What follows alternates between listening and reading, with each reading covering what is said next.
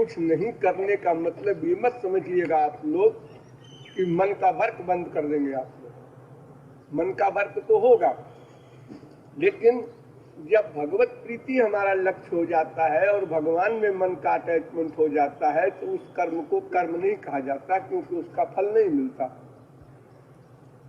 इसलिए जब फल नहीं मिलता है तो कुछ न करना हो गया। और जो भगवान के शरणागत हो गया, तो शरणागत का अर्थ ये होता है कि हम अब कोई फल नहीं चाहते, केवल भगवान की प्रीति चाहते हैं। संसार का कोई भी फल हम नहीं चाहते, मोक्ष पर्यंत का। तो कर्म का फल हमको नहीं मिला क्योंकि फल ही नहीं चाहते।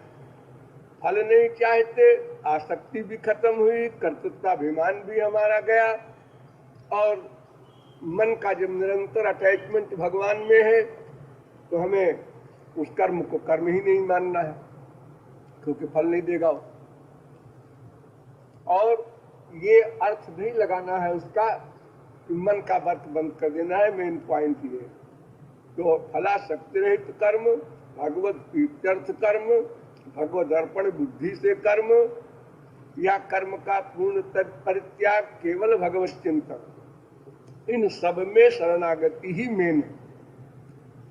निरंतर भगवान में मन रहने पर हमारे उस कर्म का फल हमको नहीं मिलेगा। और कर्म ना करें तो भगवत चिंतन रूपी कर्म तो करना ही पड़ेगा। अगर भगवत चिंतन रूपी कर्म हम नहीं करते हैं तो फिर कर्म का फल मिलेगा।